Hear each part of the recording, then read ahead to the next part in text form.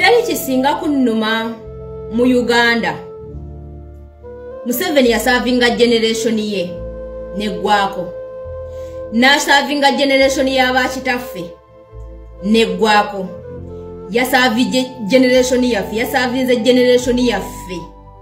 Naye weddeko katali ku generation y'abaana baffe. Abaana baffe tulinga bazzukulu bannakataano. Asavize generation inganya. Naye teri kisinga kunnuma nti Museveni ali ku generation ey'okutaano. Ali mu kugisaanyaawo. Ali mu kwata abaana abavubuka abalina okukolerera eggwanga lyabwe. Abalina okuzimba eggwanga lyabwe. Ali mu baggwereza mu makomera mu bintuntu eby'ekisiru ng'ayambibwako essiga eddamuzi n'essiga ly'ebyokwerinda. Museveni yasooka n'awamba essiga ly'ebyokwerinda n'atandika oddizanyisa ebyobufuzi. Era mu kaseera kana amagye g'eggwanga Uganda gali mu byabufuzi direct. Poliisi y'eggwanga Uganda eri mu byabufuzi direct. Kati yakutte essiga eddamuzi nayo latandise oddizanyisa ebyobufuzi era liri mu byabufuzi direct.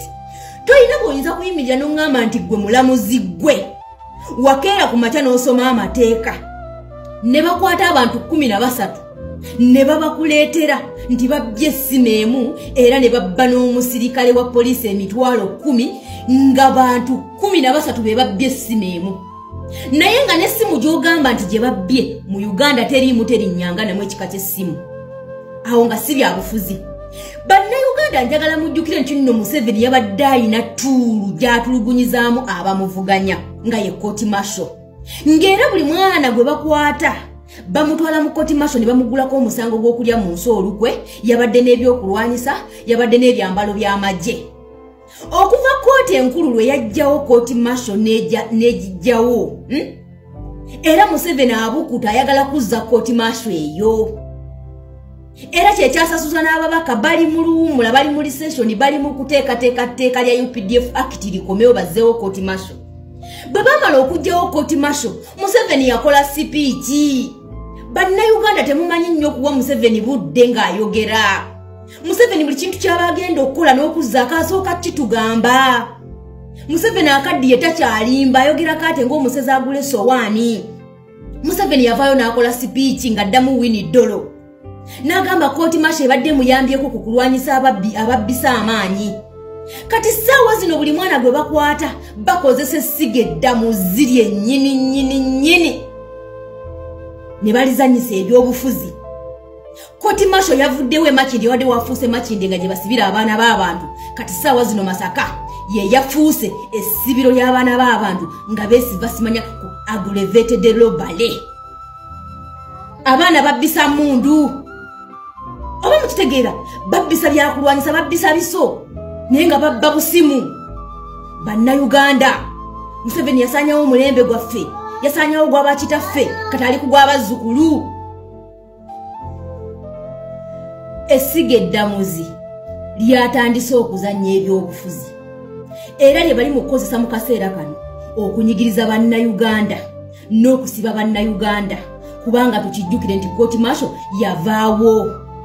Kati tiwakyaliwo mbu simanya ono bamusanze na kakofiira, simanya ono bamusanze na byambalo bya poliisi, simanya na byambalo by'amagye. Kati baleese omusango gw'okubbisa amaanyi.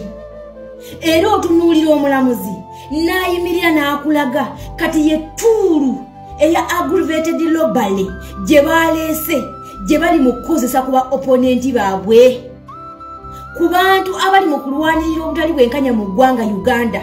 Kubanga ssaawa zino ne bw'anaabakwata, bw'anaaba talina kyabavunaana, nawo waabavunaanira aba talina gy'agenda basibira, kubanga yali abasibira mu kooti masho.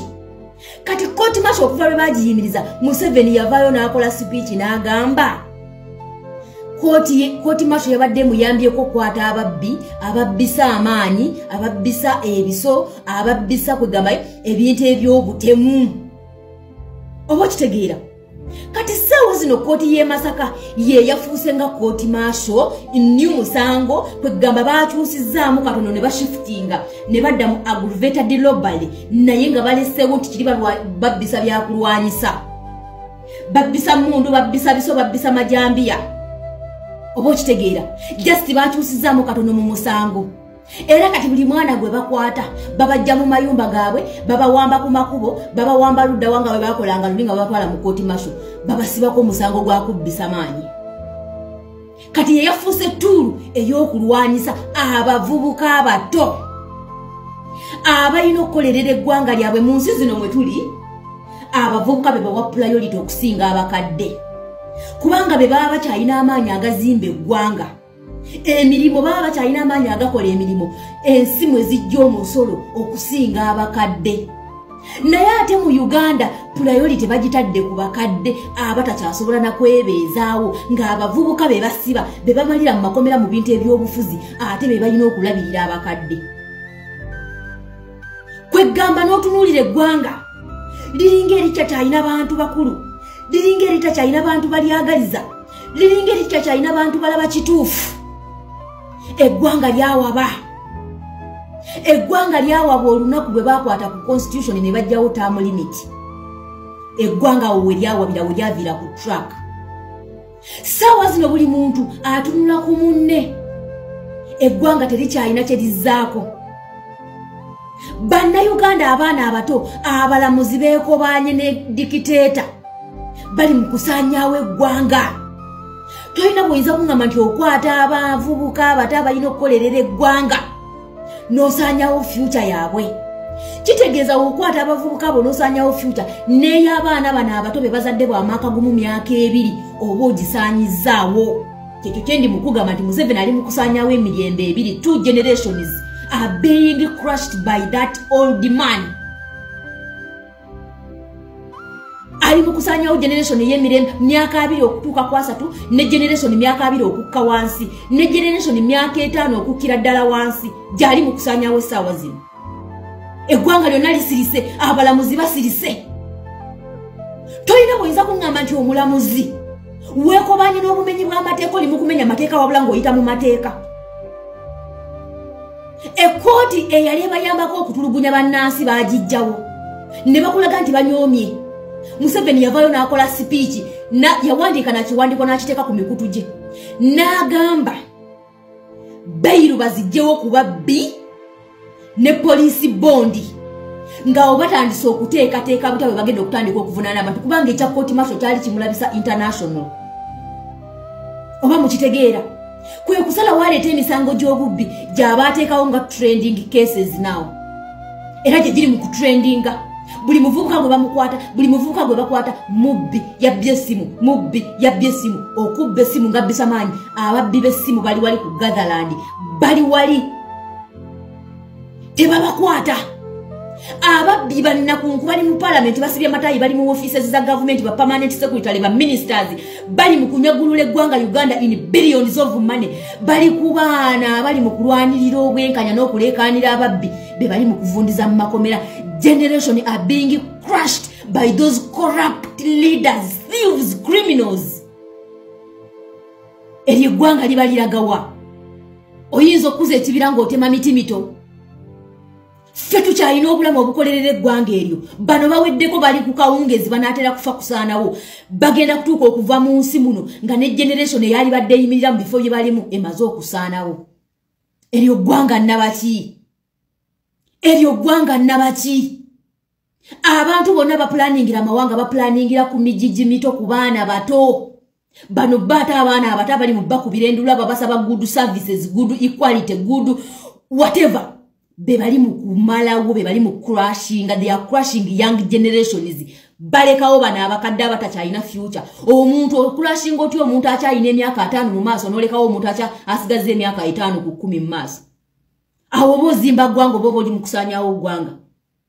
Abantu bagabunidde basirise balaba bino bigenda mu maaso. They cannot say anything. Kati n'abalamuzi babagase ku polisi n'amagye okunyigiriza bannayuganda. Bannayuganda basigadde mu mbeera nga tebakyalina we bagenda kufuna bwenkanya. Ne kooti zokka kati zizannya bya bufuzi direct. Tewakyaliwo na kubuuza. Era bwe ndaba omuntu yonna mbu tugende mu kooti, I just feel pity. Oba kitegeera waliwo obeera mu kamoli n'otunuulira ebintu n'obula nga you are really so disappointed about your country. Nojjula n'okwewakana nti you are a Ugandan. Because of foolish leaders, selfish leaders, evil. They don't